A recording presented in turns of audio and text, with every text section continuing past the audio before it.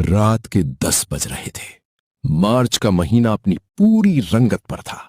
दिन भर की गर्मी के बाद ठंडी हवा चल रही थी और पके हुए गेहूं की मीठी खुशबू पूरे माहौल में फैली हुई थी। पूरा गांव बिल्कुल खामोश था। गलियों में सन्नाटा था और दूर दूर से सिर्फ झिंगूरों और आवारा कुत्तों की आवाजें आ रही थीं। समीर अपनी पुरानी लालटेन हाथ में लिए धीरे धीरे खेत की तरफ जा रहा था। आज की रात उसे कुछ ज्यादा ही अजीब लग रही। जब वो अपने खेत के पास पहुंचा तो उसने देखा कि मचान के नीचे आग जल रही है और उसके दो दोस्त मुन्ना और कालू वहां बैठे हुए हैं। अरे भाई, तुम दोनों अभी तक जाग रहे हो? इतनी रात को यहां क्यों बैठे हो? यार शमीर, फसल पूरी तरह तैयार है। बस डर यही है कि कहीं कोई दुश्मनी में आग ना लगा दे। साल भर की मेहनत एक पल में बर्बाद हो जाएगी। बिल्कुल सही कह रहा है मुन्ना। आजकल किसी की नीयत का कोई भरोसा नहीं। फिक्र मत करो, आज की रात मैं भी तुम लोगों के साथ यहीं रुकता हूं। तीनों दोस्त आग के गिर्द बैठ गए। आग की लपटें उनके चेहरों पर पड़ रही थीं और रात धीरे धीरे और गहरी होती जा रही थी। क्या तुम लोगों ने सुना? कल मदनपुर गांव में किसी ने एक गरीब किसान की पूरी फसल जला दी। क्या? सच में? हाँ यार, बेचारा रो रो कर पागल हो गया था। 6 महीने की मेहनत एक ही रात में राख बन गई। अल्लाह किसी दुश्मन को भी ऐसा दिन ना दिखाए। तीनों बातें कर ही रहे थे कि अचानक खेत के एक कोने से सरसराहट की आवाज आई। समीर ने लालटेन ऊपर उठाई। दूर उन्हें एक सफेद बकरी नजर आई जो आराम से घास खा रही थी। अरे ये बकरी इतनी रात को यहां कहां से आ गई? कालू, जल्दी जा और इसे भगा, वरना पूरी फसल खराब कर देगी। लाठी उठाकर बकरी के पीछे भागा। बकरी धीरे धीरे चलती हुई एक घनी झाड़ी के पीछे गई, लेकिन जैसे ही कालू झाड़ी के दूसरी तरफ पहुंचा, उसके पैरों तले जमीन निकल गई। वहां वो बकरी उसके नजरों के सामने गायब हो गई। अरे, ये कैसे हो सकता है? अभी तो मेरी आंखों के सामने यही थी। डरता हुआ कालू वापस मचान के पास आया। उसका चेहरा पीला पड़ चुका था और माथे पर पसीना था। कसम से वो बकरी मेरी आंखों के सामने गायब हो गई। पागल मत बना, तुझे नींद आ रही होगी। पता नहीं यार, आज की रात वैसे भी कुछ अजीब लग रही है। लेकिन किसी को नहीं पता था कि असली खौफ अभी शुरू भी नहीं हुआ। कालू की बात सुनकर मुन्ना हंसने लगा, लेकिन समीर के दिल में अजीब सी बेचैनी पैदा हो चुकी थी। हवा पहले से ज्यादा ठंडी हो गई थी और आसपास का सन्नाटा और भी गहरा लगने लगा था। तभी अचानक कालू की नजर खेत के बीच पड़ी और उसकी सांस रुक गई। दूर एक बहुत बड़ा सफेद बैल खड़ा था। उसके लंबे तेज सींग थे और वो आराम से फसल की बालियां खा रहा था। अरे देखो, वो बैल! अरे, इतना बड़ा बैल यहां कहां से आ गया?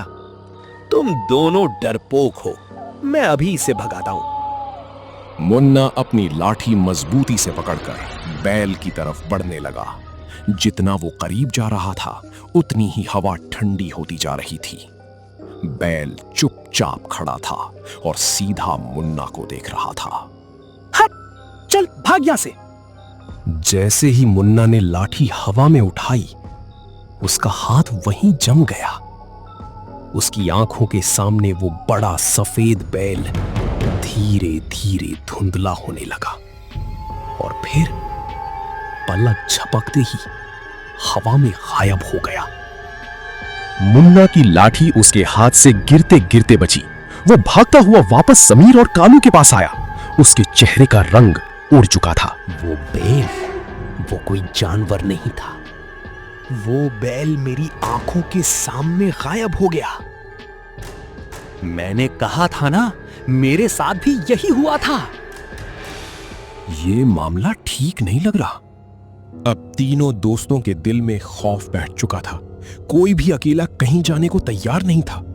तीनों एक दूसरे के बिल्कुल पास बैठ गए और चारों तरफ देखने लगे। तभी वही सफेद बकरी दोबारा नजर आई। वो आराम से गेहूं खा रही थी। सबके होश उड़ गए। अब क्या करें? फसल बचाएं या अपनी जान? अब कौन जाएगा? मैं तो मर भी जाऊं तो इसके पास अकेला नहीं जाऊंगा। इस बार हम तीनों साथ चलेंगे। देखते हैं आखिर ये माजरा क्या है। धीरे धीरे बकरी की तरफ बढ़ने लगे, लेकिन फिर उनके सामने ऐसा मंजर आया जिसने उनके होश उड़ा दिए। सफेद बकरी धीरे धीरे बदलने लगी और देखते ही देखते वो एक बड़े सफेद बैल में तब्दील हो गई। फिर वो बैल काले धुएं के भंवर में बदल गया और उस काले धुएं के दरमियान किसी औरत का साया उभरने लगा। तीनों के पैरों तले जमीन निकल चुकी थी। तीनों दोस्तों की सांसें रुक गई थीं। उनके सामने काले धुएं के दरमियान धीरे धीरे एक औरत की शक्ल बनने लगी।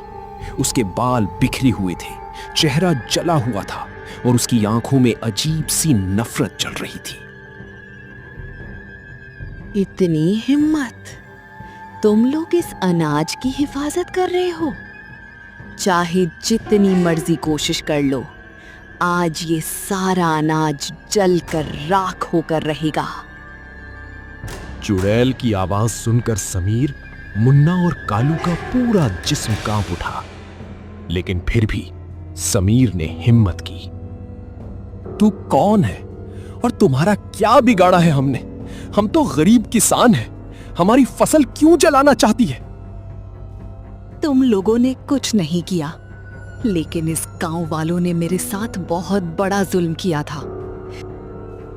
10 साल पहले मेरा भी ऐसा ही हरा भरा खेत था। मेरी भी एक छोटी सी झोपड़ी थी, मगर कुछ जालिम लोगों ने मेरी फसल और मेरी झोपड़ी को आग लगा दी और मैं उसी आग में जलकर मर गई।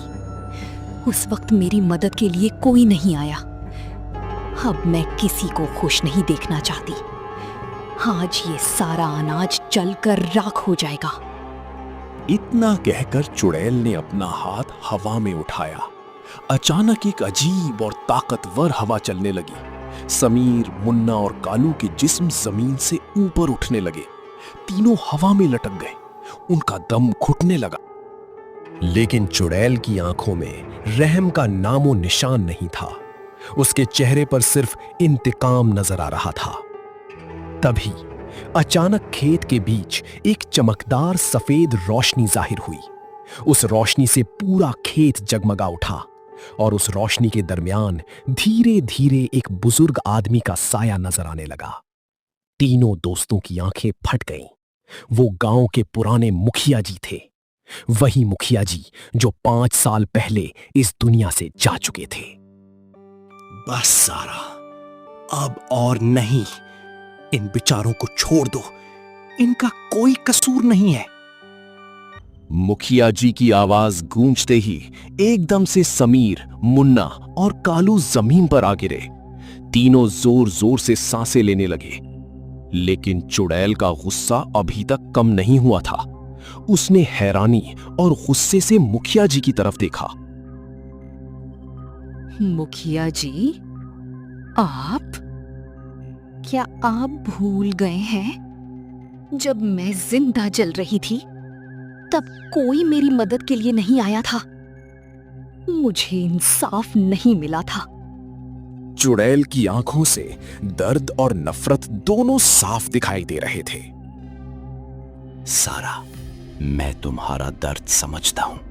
तुम्हारे साथ बहुत बड़ा जुल्म हुआ था, लेकिन इन मासूम लोगों का क्या कसूर है? ये भी तुम्हारी तरह मेहनत करने वाले किसान हैं।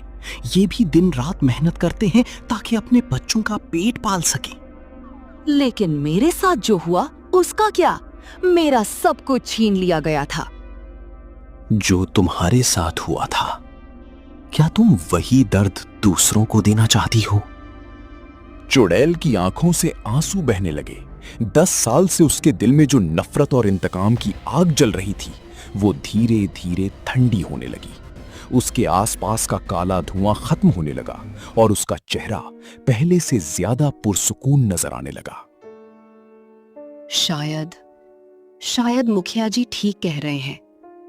जिस दर्द ने मुझे जलाया, मैं वही दर्द दूसरों को देने निकली थी। लेकिन आज मुझे समझ आ गया है कि इंतकाम से सिर्फ और दर्द पैदा होता है। समीर, मुन्ना, कालू, मैं तुम्हारी दुश्मन नहीं थी। मैं बस अपने दर्द की कैदी बन चुकी थी। आज पहली बार किसी ने मेरी बात सुनी है। पहली बार किसी ने मेरे दर्द को समझने की कोशिश की है।